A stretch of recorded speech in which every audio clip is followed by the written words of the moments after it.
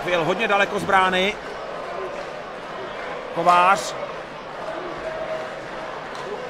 Kovář se nakonec pokud dostal v útočném pásmu. Ruta. Spolupráce dvou odchovanců píseckého hokeje. Jana Ruty a Jana Kováře nevede teď k tlaku v útočném pásmu. Kovář musí zpátky. Pastrňák, Kovář. Ruta, ne. Škoda, ten kotouč mu projel mezi bruslemi. Pastrňák už bruslí velmi pomalu. Má za sebou dvě dlouhá střídání. Už taky míří na hráčskou lavici. Mezitím Gudas proniká přes modrou čáru. Gudas a teď Plekance, ale Korpisel si poradil. Ještě Gudas vyrušil teď Finy, kteří nestačili vyhodit.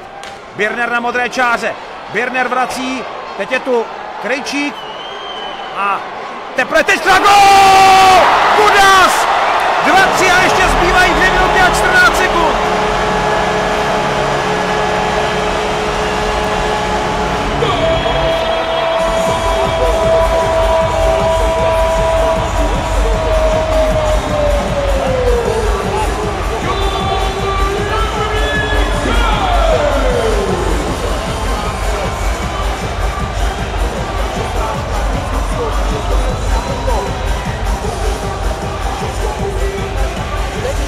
Že Řepík svými kalhotami, ne, čistý průstřel značky Gudas.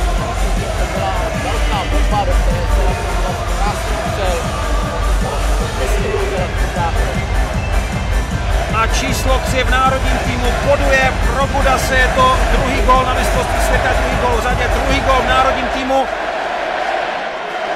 A je to kontaktní branka. Jeřábek. Kovář spěchá za pukem, Hietanen. Aho. Jákola. Špatná rozehrávka, Pastrňák.